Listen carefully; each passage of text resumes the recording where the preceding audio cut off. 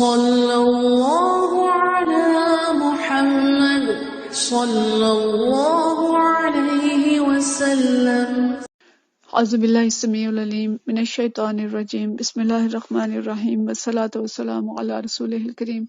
بخاری شریف اور باب الصلاۃ جاری ہے، اور آج جو باب ہم پڑھیں گے یہ بھی اسی طرح سے ہے جیسے ہم نے پچھلا پڑھا تھا نقش و نگار کے بارے میں۔ تو اس کا عنوان ہے ان صلی فی ثوب مصلب او تصویر، کہ ایک شخص اگر ایسے کپڑے میں نماز پڑھے جس کے اوپر تصویر بنی ہے، تصویریں بنی ہیں، یا سلیب کی شکل بنی ہے، مصلب سلیب کی شکل بنی ہوئی ہے، حل تفسد صلاتہ، تو کیا اس کی نماز فاسد ہو جائے گی؟ وما ینہی عن ذلک، اور یہ باب ایسے کپڑوں کی ممانعت کے بارے میں ہے کہ یعنی یہ باب ایسے کپڑوں سے ممانعت کے بارے میں ہے۔ اور اس میں جو حدیث ہے یہ بھی حضرت انس رضی اللہ تعالیٰ عنہ سے روایت ہے۔ فرماتے ہیں کان قرام لعائشہ، کہ حضرت عائشہ رضی اللہ تعالیٰ عنہ کے پاس ایک پردہ تھا، قرام اونی پردے کو کہتے ہیں، تو ان کے پاس ایک اونی پردہ تھا، سترت بہی جانب بیتہا، تو انہوں نے اسے اپنے گھر کی ایک جانب پہ ڈھانک رکھا تھا، یعنی گھر کا کوئی حصہ تھا۔ اب باقی دوسری حدیث میں آتا ہے کہ شاید کوئی روشن دان تھا یا کھڑکی تھی جس کو انہوں نے اس سے ڈھانک رکھا تھا۔ فقال النبی صلی اللہ علیہ وسلم، تو نبی صلی اللہ علیہ وسلم نے فرمایا امیتی عنا، اس کو ہم سے ہٹا دو، امیتی عنا قرامک ھذا، کہ اس پردے کو ہم سے ہٹا دو، فإنہ لا تزال تصاویرہ، کہ اس کی جو تصاویر ہیں یعنی ان سے نظر، ان کی طرف نظر جاتی ہے، تصاویرہ تعرض فی صلاتی، اور یہ جو تصویریں ہیں یہ ہماری نماز میں خلل ڈالتی ہیں، کہ تصویریں جو ہیں نماز میں سامنے آتی رہتی ہیں اور ان سے نماز میں خلل آتا ہے۔ تو پیارے نبی صلی اللہ علیہ وسلم کہ پچھلی حدیث بھی ہم نے پڑھی کہ وہ کپڑا جو چادر تھی اس کے اوپر نقش و نگار تھے اور اس سے پریشان ہوئے، اور یہاں پردہ ہے، حالانکہ نماز میں ہر وقت بندے کا دھیان پردے کی طرف نہیں ہوتا، لیکن ظاہر ہے وہ سامنے قبلے کی طرف ہوگا اور اس پہ نظر پڑ رہی ہوگی، تو اس لیے آپ صلی اللہ علیہ وسلم نے فرمایا کہ اس کو ہٹا دیں، کہ اس سے نظر جاتی ہے اس کی طرف اور یہ نماز کے اندر خلل ڈالتا ہے۔ تو اس حدیث میں تصویروں کا ذکر ہے، سلیب کا ذکر نہیں ہے، لیکن امام بخاری نے باب سلیب کا بھی بند ہے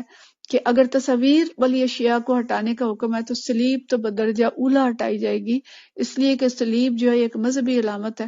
اور نبی کریم صلی اللہ علیہ وسلم اس کو پسند نہیں کرتے تھے کہ دیگر مذاہب کی علامت جو ہیں وہ مسلمانوں کے اوپر حاوی ہوں۔ تو اس لیے ایسی چیزیں جو تصاویر ایسی ہیں، چاہے کپڑے کے اوپر سلیب کی تصویر ہیں یا ایسی جگہ ہے جہاں پہ نماز پڑھنی ہے وہاں پہ سلیب کی تصویر کو لٹکی ہے یا سلیب خود لٹکی ہے، تو اس کو ہٹانا جو ہے وہ ضروری ہے۔ آج کل تو سلیب جو ہے وہ گلے میں بھی پہنی جا رہی ہے اور کپڑوں کے اوپر بھی نشان بنے ہیں، تو ایسی چیزوں سے ممنوع کیا گیا کہ ایسی جگہ پہ نماز ادا کرنا جہاں مختلف اشیاء کی تصویریں ہوں، وہ چاہے دیواروں پہ بنی ہیں یا پردوں پہ لگی ہیں یا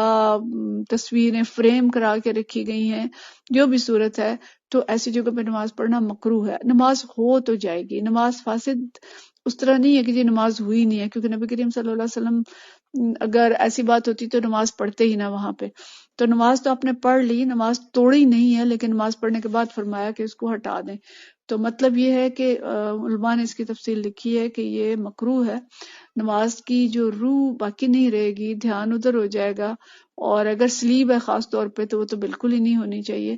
تو اگر البتہ یہ ہے کہ ایسی تصاویر اگر ہیں، پردہ ہے کوئی، تو اس کو پھاڑ کے اس کے تکیے بنا لیے جائیں۔ دوسری حدیث کے اندر ہی پتہ چلتا ہے کہ حضرت عائشہ رضی اللہ تعالیٰ عنہ نے اس کو پھاڑ کے تو اس کے پردے بنا لیے، وہ تکیے بنا لیے تھے، یا اگر نیچے فرش پہ ہے اور وہ اس کی برہمتی ہو رہی ہے تو پھر بھی وہ منع نہیں ہے، ظاہر اس پر پھر کپڑا ڈال کے کوئی چیز ڈال کے نماز پڑھیں گے، لیکن ایسی جگہ پہ تصویر ہے جو سامنے نظر آ رہی ہے، بار بار اس کی طرف دھیان جا رہا ہے، تو وہ درست نہیں ہے۔ اور گھروں کو بھی ظاہر ہے ڈیکوریٹ ہم جو کرتے ہیں اس میں ہمیں اسلامی شعار کا خیال رکھنا چاہیے۔ سمجھ میں نہیں آتا کہ وہ لوگوں نے اپنی ڈھیر ساری تصویریں اپنے گھروں کے اندر لگائی ہیں اور اپنی کھڑکیوں میں، اپنی الماریوں میں سجا کے رکھی ہیں، اپنے آپ کو ہی دیکھتے رہنا اور اپنے بچوں کو دیکھتے رہنا، آخر اس کی ضرورت کیا ہوتی ہے؟ تو جو چیز اللہ کے نبی صلی اللہ علیہ وسلم کو پسند نہیں ہے، ہمارے نفس کو بھی اسی سطح پہ آ جانا چاہیے کہ جو آپ کو پسند نہیں ہے مجھے پسند نہیں ہے، جو اللہ کو پسند نہیں ہے مجھے پسند نہیں ہے۔ تو نبی کریم صلی اللہ علیہ وسلم تو اس پردے کو بھی پسند نہیں کر رہے جس کے اوپر تصاویر ہیں، تو یہ کیسے ہو سکتا ہے کہ گھروں میں ہم نے فریم کرا کے تصویریں لگائی ہوں اور ان کو اس کی طرف دھیان نہ جاتا ہو؟ تو اس لیے ایسی تصویریں جو ایسی چیزیں ہیں جو نماز میں توجہ ہٹاتی ہیں ان کو استعمال کرنا اور ان کے سامنے نماز پڑھنا، اس میں علماء کہتے ہیں کہ نماز مکروہ ہوگی، اس سے ہمیں بچنا چاہیے۔ اس کے بعد جو اگلا باب ہے ہمارا یہ ہے من صلی فی فروج حریر ثم نزعہ، کہ جس نے ایک ایسی قبا میں یا ایسے قبے میں یا جبے میں یا کوٹ میں نماز پڑھی جو ریشم کا تھا اور پھر اسے اتار دیا۔ تو ریشمی جبے میں یا ریشمی قبا میں نماز پڑھنا جو ہے وہ کیسا ہے؟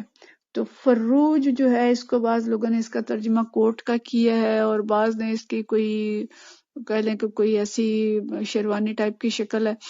کہ جس کے اگلی طرف بھی بٹن ہوتے ہیں اور پچھلی طرف بھی، یعنی آگے سے بھی کھلا ہوتا ہے پیچھے سے بھی، دونوں طرف سے بٹن اس کے ہوتے ہیں۔ اور اس قسم کے جو کوٹ تھے وہ گھڑ سواری کے لیے حالت جنگ میں پہنے جاتے تھے کہ تاکہ ان کو اتارنا جو ہے وہ آسان ہو یا بیٹھنا ان میں آسان ہو۔ تو کوئی ریشمی اس طرح کے جبے میں نماز پڑھے اور پھر اس کو فوراً اتار دے، تو اس میں حدیث ہے، اور یہ حدیث جو ہے حضرت عقبہ بن عامر رضی اللہ تعالی عنہ سے روایت ہے، فرماتے ہیں قال اہدی الی النبی صلی اللہ علیہ وسلم فروج حریر، کہ نبی کریم صلی اللہ علیہ وسلم کو ہدیہ کیا گیا، تحفے میں دیا گیا ایک ایسا کوٹ یا ایسا کوئی جو بھی جبہ یا قبہ تھا جو کہ ریشم کا تھا۔ فلبسہ فصلی فیہ، تو آپ نے اس کو پہنا اور اس میں نماز پڑھی۔ ثم انصرف، جب آپ نماز سے فارغ ہوئے، فنزعہ نزعا شدیدا، تو آپ نے اس کو بڑی سختی اور جلدی سے اس کو کلکار ہی رہو، اس کو اپنے آپ سے ہٹایا، مطلب اس کو جلدی سے اپنے بدن سے الگ کر دیا۔ وقال لا ينبغي هذا للمتقین، کہ اس قسم کا جو لباس ہے یہ متقین کے لیے، تقوی والوں کے لیے موزوں نہیں ہے۔ تو اب یعنی یہ کہ آپ نے اس کو پہن کے نماز پڑھ لی، لیکن اس کے بارے میں علماء نے جو تفصیل لکھی ہے وہ یہ ہے کہ جب آپ نے اس کو پہن لیا تھا اس وقت تک یہ ریشم حرام نہیں تھا، اور نبی کریم صلی اللہ علیہ وسلم کے پاس خود بھی یہ وحی نہیں آئی تھی کہ ریشم حرام ہے۔ اور دوسری حدیث سے ہمیں پتہ چلتا ہے کہ یہ مسلم کی روایت ہے کہ میں نے ریشمی قباء میں نماز ادا کی، پھر آپ صلی اللہ علیہ وسلم نے اس کو اتار دیا اور فرمایا مجھے جبرائیل امین نے اسے منع کر دیا، یعنی دوران نماز یا نماز کے فوراً بعد جبرائیل علیہ السلام آئے اور انہوں نے اس سے منع کیا اور فرمایا کہ یہ ریشم جو ہے مردوں کے لیے حرام ہے۔ تو آپ صلی اللہ علیہ وسلم نے اس کو پہن کے اس وقت تو نماز پڑھ لی، لیکن پھر اس کو تیزی سے جلدی سے اتارا کہ جیسے کوئی ایسی چیز ہے کہ جو نقصان دے رہی ہے یا تکلیف دے رہی ہے، یعنی اپنی جلدی سے اس کو دور کیا اور فرمایا کہ یہ تقوی والوں کے لیے مناسب نہیں ہے۔ تو یہ حدیث بھی ہمیں جو چیز بتاتی ہے کہ مردوں کے لیے ریشم کا لباس، ریشم پہننا جو ہے وہ ممنوع ہے اور مردوں کو ریشم نہیں پہننا چاہیے۔ تو آج جو ہمارے ہاں شادی بیاہ پہ مردوں نے نہ صرف یہ ریشم کی جو اچکن ٹائپ چیز دولہے نے پہنی ہوتی ہے تو ریشمی بنائی جاتی ہے، اور صرف ریشمی نہیں ہے بلکہ اس پر کام بھی ہوتا ہے جو گولڈن اور کس طرح کے، یعنی ہم شریعت سے بہت دور ہٹتے چلے جا رہے ہیں۔ تو مردوں کے لیے ریشمی لباس پہننا حرام ہے اور اس کو پہن کے نماز پڑھنا بدرجہ اولا غلط ہے، اور جو کوئی وہ پہن کے پڑھے گا اس کی نماز نہیں ہوگی۔ اس حدیث سے ہم بھی استدلال نہیں کر سکتے کہ نبی کریم صلی اللہ علیہ وسلم نے اس کو پہن کے پڑھ لیا تھا، اس وقت تک حرام نہیں تھا، اور جیسے ہی نماز کے دوران یا نماز کے بعد جبرائیل علیہ السلام نے بتایا تو حدیث کے الفاظ یہ بتا رہے ہیں کہ تیزی سے آپ نے اس کو اتارا۔ تو آپ صلی اللہ علیہ وسلم نے فرمایا کہ سونا اور ریشم میری امت کی عورتوں کے لیے حلال ہیں اور مردوں پر حرام ہے۔ تو یہ حدیث جو ہے یہ طبرانی کی حدیث ہے، اور جیسے میں نے پیچھے مسلم کی حدیث بھی پڑھی، تو مردوں کے لیے ریشمی لباس پہننا حرام ہے، اس میں ہمیں اس چیز کی احتیاط کرنی چاہیے۔ اور سونا بھی شادی پہ ہمارے یہاں جی سونے کے بٹن بھی مردوں کے بن رہے ہوتے ہیں، گھڑی کا چین سونے کا کبھی ہوتا ہے، انگوٹھی تو لازماً سسرال والوں نے دولہے کو پہنانی ہوتی ہے سونے کی، تو سونا اور ریشم مردوں کو دونوں چیزوں سے احتیاط کرنی چاہیے، اس لیے کہ حلال اور حرام تو وہ چیز ہے کہ جس سے بالکل منع کر دیا گیا، تو بالکل اس سے بچنا چاہیے، اور اس پہ نہ سسرالیوں کی خواہش کی پرواہ کرنی چاہیے اور نہ کسی اور چیز کی، اللہ کی رضا کی فکر ہونی چاہیے۔ اور ہمیں شادی بیاہ پہ بھی، خوشیوں اور غمیوں میں بھی اللہ اور اس کے رسول صلی اللہ علیہ وسلم کی رضا کو سامنے رکھنا چاہیے۔ اور نماز میں تو بدرجہ اولا ایسی کوئی بھی چیز جو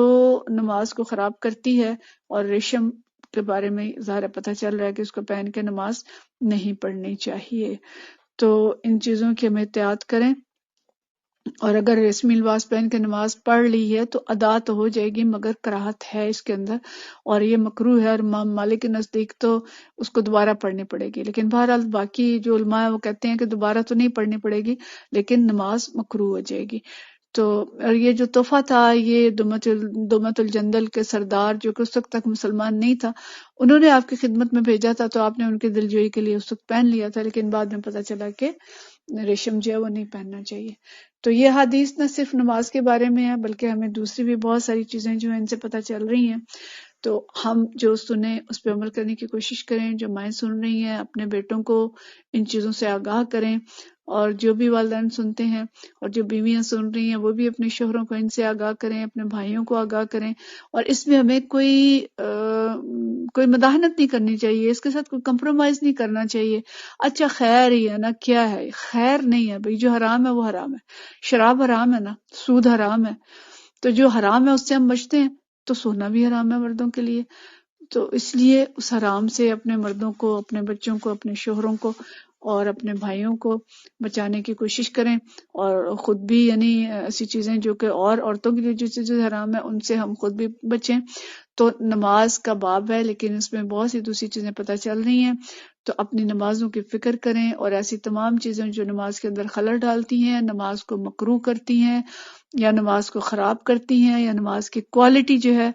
اس کو متاثر کرتی ہیں، یا جن سے